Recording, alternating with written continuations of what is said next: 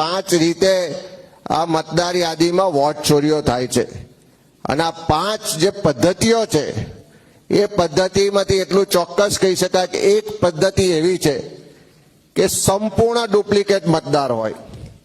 સંપૂર્ણ ડુપ્લિકેટ એટલે એનું નામ, એનું સરનામું, એનો ફોટો, એ બધી જ વિગતો એક સરખી હોય।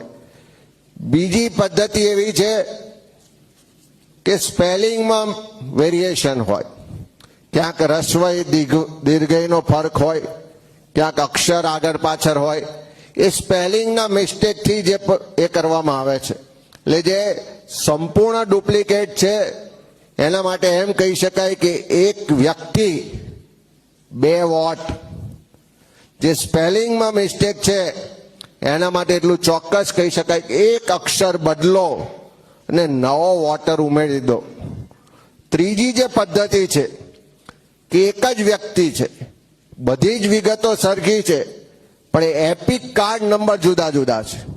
એટલે વ્યક્તિ મતદાર એક જ છે, પણ 3-4 આઈડી હોય એના આધારે 3-4 વોટ એના નોંધાયા છે। ચોથી જે પદ્ધતિ છે કે આપણા ગુજરાતમાં છીએ, ગુજરાતી ભાષા માટે આપણને સૌને ગૌરવ છે અને મારા આટલા જાહેર જીવનના 25 વર્ષના ઇતિહાસમાં મેં ગુજરાતમાં કોઈ બીજી ભાષામાં મતદાર યાદી જોઈ નથી। તમામ ચૂંટણીઓમાં મતદાર યાદી ગુજરાતી ભાષામાં હોય છે। મતદારો જે નોંધાય છે એ પણ આખી પ્રક્રિયા ગુજરાતી ભાષામાં કાં તો ઇંગ્લિશમાં એના ફોર્મના પરફોર્મમાં હોય છે। પણ ત્રીજી આ જે પદ્ધતિ જોઈ એમાં આ મતદાર યાદીઓની ચકાસણીમાં અનેક જુદી જુદી ભાષાઓ જોવા મળી, અનેક રાજ્યોની ભાષાઓ જોવા મળી અને ભાષા બદલો અને ખોટા મતદારો એડ કરો એવી પદ્ધતિ પણ આમાં પકડાઈ છે।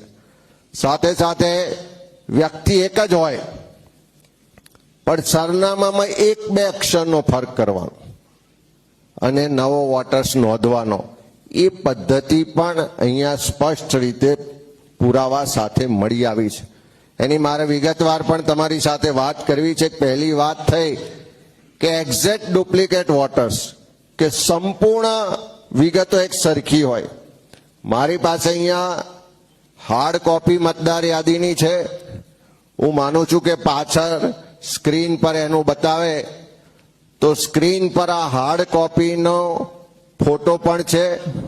સાથે સાથે અત્યારે ઇલેક્શન કમિશનની જે વેબસાઇટ છે એના પરથી જે લાઈવ એની માહિતી જોવા મળે છે એનો